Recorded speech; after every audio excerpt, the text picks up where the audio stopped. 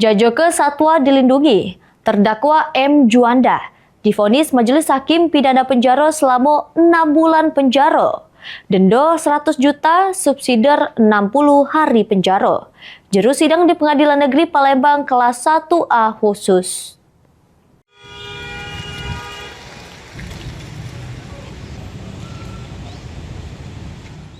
M. Juanda, terdakwa penjajuan kucing hutan yang merupakan satwa dilindungi, jalani sidang di Pengadilan Negeri Palembang kelas 1A khusus jeru agenda putusan Majelis Hakim.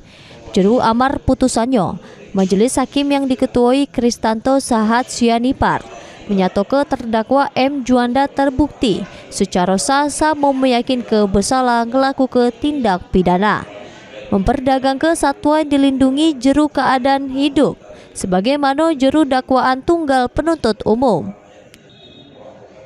Menghukum terdakwa dengan pidana penjara selama 6 bulan, denda 100 juta yang kalau denda tak terbayar diganti pidana penjara selama 60 hari.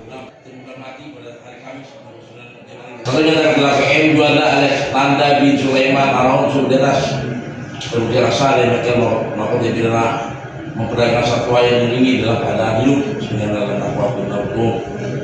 Begitu pidana kepada terdakwa itu dalam pidana penjara selama 6 bulan dan pidana denda sejumlah 100 juta rupiah. Bila denda dibayar